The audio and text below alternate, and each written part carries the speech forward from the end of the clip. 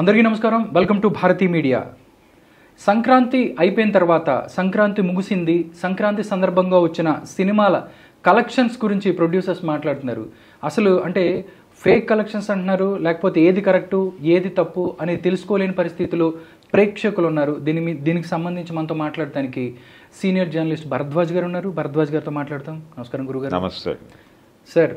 ఈ collections posters దగ్గర నుంచి ఈరోజు వంశీ మాట్లాడిన మాటలని మనం ఏ విధంగా చూడొచ్చండి? అంటే ఇవన్నీ మేము ఏదో హైప్ పెంచడానికి చెప్తాం కానీ ఇవన్నీ కరెక్ట్ కాదన్నట్టు చెప్పినట్టు అనుకోవచ్చు. అలా అనలేదు ఆయన.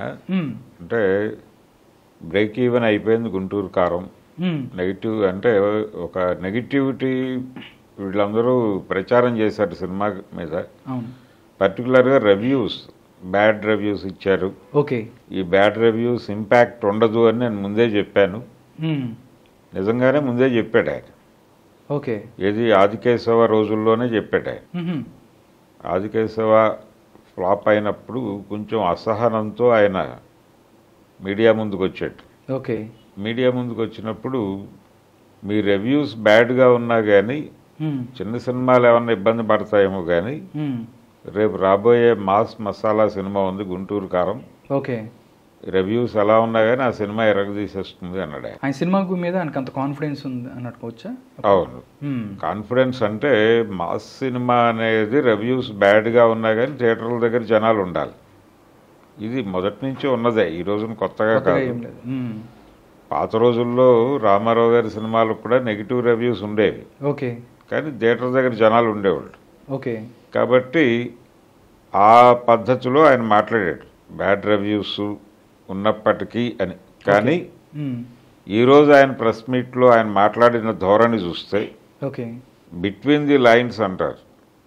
ఆయన అసహనం ఉంది అంటే ప్రెస్ మీట్లో ఆయన త్రూఅవుట్ ప్రెస్ మీట్ అసహనంతో ఉన్నాడు. ఓకే, చిరాకు పడ్డాడు, కోప్పడ్డాడు.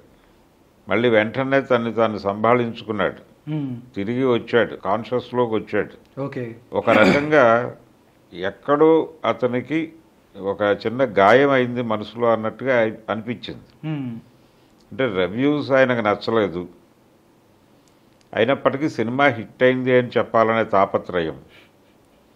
బయర్స్కి బ్రేక్ ఈవెన్ అయిపోయింది, డబ్బులు వచ్చేసినా నేను హాయిగా పడుకున్నాను అన్నాడు ఆయన. మరి పడుకోకుండా ప్రెస్ మీట్ ఎందుకు పెట్టాడు ఆయన అనేది ప్రశ్న. ఓకే, నాకు తెలిసిన సమాచారం మేరకైతే లాసెస్ ఉన్నాయి ఇప్పటికీ. బయర్స్కి పూర్తిగా బ్రేక్ ఈవెన్ కాలేదు. గుంటూరు కారానికి వాళ్ళు పెట్టింది అవ్వచ్చు, బ్రేక్ ఇన్ అవ్వలేదు, ఇంకా రావాల్సిన డబ్బులు ఉన్నాయి. అయితే నిన్నటి వరకు థియేటర్స్లో ఒక మేరకు జనం ఉన్నారు. టికెట్ల రేట్లు పెంచి అమ్ముతున్నారు. ఇప్పుడు విజయవాడ లాంటి చోట్ల సింగిల్ స్క్రీన్స్లో 275 రూపాయలకి బాల్కనీ టికెట్ అమ్ముతున్నారు. 90 రూపాయల టికెట్ 150 రూపాయలకు అమ్ముతున్నారు. ఓకే, ఇది నడుస్తోంది. అయితే జనరల్గా వీళ్ళు మొదటి రోజు మొదటి వారం టికెట్ల రేట్లు పెంచి అమ్మటం అనేది ఏ కాన్ఫిడెన్స్తో టికెట్ల రేట్లు పెంచి అమ్ముతున్నారు వీళ్ళు? అది నాగవంశీ కావచ్చు, ఇంకోటి కావచ్చు, ఎవరైనా కావచ్చు. ఓకే, ఫస్ట్ వీక్లో టికెట్ల రేట్లు పెంచి అమ్ముతున్నాము అంటే ఎవరు వెళ్తారు? మొదటి రోజు మొదటి వారం సినిమాకి అభిమానులు వెళ్తారు, ఫ్యాన్స్. అభిమానుల గొంతులు కోసుకు తినటం కోసమే ఈ టికెట్ల రేట్లు పెంచుతారు. ఓకే, మహేష్ బాబు అభిమాని కావచ్చు, లేకపోతే అదే సినిమాలో నటించినటువంటి ఇంకొకరి అభిమాని, హీరోయిన్ శ్రీలీల తాలూకా అభిమాని కావచ్చు. ఓకే, వారి గొంతు కోసేయటం కోసం ఈ టికెట్ల రేట్లు పెంచి అమ్ముతారు. ఓకే, సో ఆ మేరకు మేము బాగానే కోసాము, మాకు బ్రేక్ ఈవెన్ అయిపోయింది అన్నట్టుగా మాట్లాడాడు ఆయన. కానీ ప్రాపర్ కోత జరగలేదు అనే అసంతృప్తి అయితే ఆయన బయర్స్లో ఉంది. ఆ ప్రెజర్ ఎక్కడో ఉంది ఆయనకి. ఈ ప్రెజరు, ఈ పెయిన్లో నుంచి అసలు ఎక్కడి నుంచి మొదలైంది ఇది అంటే 1 గంట షో నుంచి బయటకు వచ్చిన వాళ్ళు బ్యాడ్గా మాట్లాడారు. ప్రధానంగా నెగిటివ్ రివ్యూస్ అన్నీ కూడా 1 o'clock show, night 1 o'clock show నుంచే ప్రొడ్యూస్ అయినాయి అనేది బలంగా నమ్ముతున్నాడు అతను. సెకండ్ డే ఏర్పాటు చేసిన ప్రెస్ మీట్లో కూడా ఆ మాట వచ్చింది. ఈరోజు కూడా రిపీట్గా అన్నాడు ఆ మాట. దాదాపు 3 సార్లు 4 సార్లు రిపీట్ చేశాడు. అది రిపీట్ చేసి నేనెందుకు అంటే మీరేదో అసహనంతో ఉన్నట్టున్నారు అనే మాట కూడా అనేసాడు ఒకతను. నేను లేని మీరున్నారు అన్నాడు. కొంతమంది వాంటెడ్గా మా సినిమాని బ్యాడ్ చేస్తున్నారు అన్నాడు. ఎందుకు బ్యాడ్ చేస్తారు? మీ సినిమాలో ఒక విషయం ఉంటే బ్యాడ్ చేయాల్సిన అవసరం ఏముంది? బ్యాడ్ అయినప్పటికీ సినిమాకి జనాలకి కనెక్ట్ అవ్వాలి కదా సినిమా. ఎందుకు జనాలు వెళ్ళట్లేదు మీ సినిమాకి, ఎందుకు రావడం లేదు అనేది మీరు రివ్యూ చేసుకోవాలి. ఇప్పటివరకు ఆ సినిమాకి డబ్బులు వచ్చిన మాట వాస్తవమే, డబ్బులు వచ్చినాయి. అంటే మహేష్ బాబు మీద వచ్చినాయి. మహేష్ బాబు కొత్తగా కనిపించిన మాట వాస్తవమే. కొత్తగా కనిపించాడు, కొత్తగా చేశాడు, డ్యాన్స్ చేశాడు, చాలా కష్టపడ్డాడు. ఆ సినిమాకి సంబంధించి మహేష్ బాబు మాత్రమే కాదు, ఆ సినిమాలో నటించిన నటీనటులు కావచ్చు, పనిచేసిన టెక్నీషియన్స్ కావచ్చు, వాళ్ళెవరి లోపము లేదు. ఆ సినిమాకి సంబంధించి ఏకైక లోపం త్రివిక్రమ్ శ్రీనివాసే, గురూజీ దింపిన గుణపం తప్ప మరొకటి కాదు అది.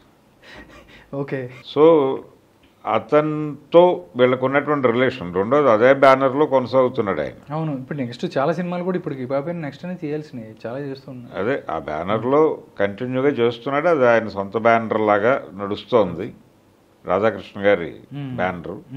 ఇతను కూడా తాను అంటే సితారా ఎంటర్టైన్మెంట్స్లో చేసే సినిమాలకు కూడా కథ అక్కడే ఓకే చేయించుకోవాలి. ఇప్పుడు బ్రో చేశారు, బ్రో ఆయన స్క్రిప్టే, మొత్తం అక్కడి నుంచే వచ్చింది, ఆయన ఐడియా, ఆయన బ్రెయిన్ చైల్డ్ అది. ఆ సినిమా మీరు రీమేక్ చేయండి అని అడ్వైజ్ చేసింది తను. కావాలని ఆ సినిమాకి డైలాగ్స్ రాశాడు ఆయన.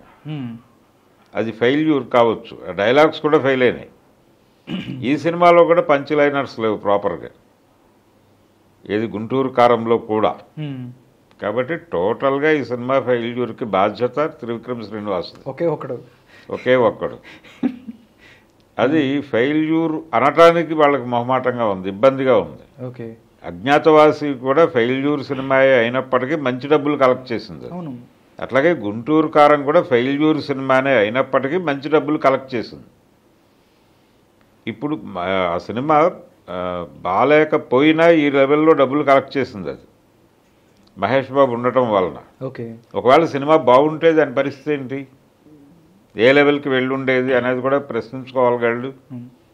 అందుకని ఆ పెయిన్ ఉంది అతనిలో. ఆ పెయిన్ వలన వచ్చిన అసహనంతో ఈరోజు మీడియా, అంటే అసలు మీడియా సమావేశాలు పెట్టకపోవడం మంచిది ఆయన ఈ కండిషన్లో. స్క్రీన్స్ తగ్గుతున్నాయి, లేకపోతే జనాలు తగ్గుతున్నారు అన్నప్పుడు ఆటోమేటిక్గా తగ్గుతుంది కదా అన్నాడు. ఇలా రకరకాలుగా మాట్లాడాడు ఆయన. ఈ గందరగోళం అంతా ఎక్కడి నుంచి పుట్టిందంటే ఎక్కడో పెయిన్ ఉంది, అసహనం ఉంది, మనం ఒక అద్భుతమైన ప్రయత్నం చేసాం, అది మిస్ఫైర్ అయింది అనేటువంటి బాధ ఏదో ఆయనలో కనిపించింది. ఆ బాధతో అలా బిహేవ్ చేశాడు తప్ప ఆయనలో ఇతరేతర సమస్యలు ఉన్నాయని అయితే నేను అనుకోవడం లేదు. ఓకే సార్, త్రివిక్రమ్ సినిమా చూసుకుంటే అలా వైకుంఠపురం లాంటి ఒక పెద్ద సూపర్ బ్లాక్ బస్టర్ సినిమా, దాని తర్వాత ఒక ఫ్లాప్, అంటే దాన్ని వాళ్ళు ఒప్పుకోలేకపోయినా ఇది ఫ్లాప్ కిందో లేకపోతే సరిగా విజయం సాధించలేకపోయిందో అనుకోవచ్చు. తర్వాత ప్రాజెక్టుల మీద ఈ ఎఫెక్ట్ ఏమైనా ఉంటుందా? అంటే త్రివిక్రమ్ అంటే అజ్ఞాతవాసి తర్వాత త్రివిక్రమ్కి ఆపోజిట్గా మళ్ళీ అరవింద సమేత లాంటి సినిమా చేసిన తర్వాత కూడా కొంచెం ఇబ్బందులు ఎదుర్కొన్నాడు త్రివిక్రమ్. ఇబ్బంది ఏమో ఎదుర్కోలేదండి. అజ్ఞాతవాసి అయిపోగానే ఓకే ఇమ్మీడియట్గా అరవింద సమేత మొదలు పెట్టుకున్నాడు. అది హిట్ అయింది, ఓకే అంతే, బయటకు వచ్చేసాడు. ఇప్పుడు ఎన్టీఆర్కి దేవర సినిమాకి సంబంధించి కూడా అదే కదా పోలిక. త్రివిక్రమ్ ఫ్లాప్ ఇచ్చాడు, ఇమ్మీడియట్గా తను ఒక హిట్ ఇచ్చాడు. ఓకే, ఆచార్య కొరటాల శివకు ఒక డిజాస్టర్ వచ్చింది, వెంటనే దేవరతో హిట్ ఇవ్వబోతున్నాడు. ఇది కదా అంటే సెంటిమెంట్కి ఎక్కువ ప్రాధాన్యత ఇచ్చి మాట్లాడుకునేటువంటి సినిమా పరిశ్రమలు ఓకే ఇలాంటివి వెతుకుతారు. ఆ వెతుకులాటలో భాగంగా ఇలాంటివి అనేకం పుడతాయి. త్రివిక్రమ్ అజ్ఞాతవాసి తర్వాత ఈ సినిమాతో హిట్ కొట్టిన మాట వాస్తవం. ఆ తర్వాత అలవైకుంఠపురం అలా వెళ్ళింది గ్రాఫ్. ఓకే, దాని నుంచి వచ్చిన ఇది ఆ హైప్ నుంచి వచ్చిన సినిమా ఇది. ఓకే, ఈ సినిమాని అంటే ప్రేక్షకుల్ని గౌరవించకపోవడం మాత్రమే కాకుండా తను క్రియేట్ చేసినటువంటి క్యారెక్టర్ల మీద కూడా గౌరవం లేకపోవడం వలన ఈ సినిమా ఈ పరిస్థితికి వచ్చింది. ఓకే, డబ్బులు వచ్చేసినాయి మా సినిమాకి పర్వాలేదు అంటే ఒక మేరకు డబ్బులు వచ్చిన మాట వాస్తవం. ఈ డబ్బులు ఎక్కడి నుంచి వచ్చినాయంటే ప్రాజెక్టుకు ఉన్నటువంటి క్రేజు మహేష్ బాబు స్టార్డమ్ తాలూకా డబ్బులు అవి అంతవరకే. ఒకవేళ నువ్వు సినిమాని ఆడియన్స్కి ఎమోషనల్గా కనెక్ట్ చేయగలిగి ఉంటే అది డెఫినెట్గా నెక్స్ట్ లెవెల్కి వెళ్ళి ఉండేది. అది ప్రాబ్లం. త్రివిక్రమ్ శ్రీనివాసు ప్రాపర్గా ప్రాజెక్ట్ని హ్యాండిల్ చేయలేదు అనేది వాస్తవం. దాన్ని రియలైజ్ అవ్వాలి. దాన్ని రియలైజ్ అయితే నెక్స్ట్ ప్రాజెక్టు జాగ్రత్తగా చేసుకుంటాడు అతను బాధ్యత ఉంటుంది, ప్రొడ్యూసర్ బాధ్యత కూడా ఉంటుంది. ప్రొడ్యూసర్లు ఏ మేరకు ఇన్వాల్వ్ అయ్యారు ప్రాజెక్టులో అనేది కూడా చూడాలి. ఇవన్నీ కలిపి ఆ సినిమాని ఆ పరిస్థితికి నెట్టేసాయి. ఇది ఫ్లాప్ అనేది ముందు అడ్మిట్ చేసేయాలి. అలా కాకుండా మా సినిమాని ఫ్లాప్ అని ప్రచారం చేస్తున్నారు కొంతమంది. అది ఫ్లాప్ కాదు, హిట్టే. అది హిట్ మాత్రమే, హిట్ అనే అనాలి అని 10 సార్లు మాట్లాడినా అది హిట్ సినిమా అయిపోదు కదా. అది తెలుసుకోవాలి వాళ్ళిద్దరు. ఈరోజు వరకు గురూజీ బయటకు వచ్చి మాట్లాడలేదు కదా. గురూజీ బెటర్ ఓన్లీ ప్రొడ్యూసర్సే మాట్లాడుతున్నారు.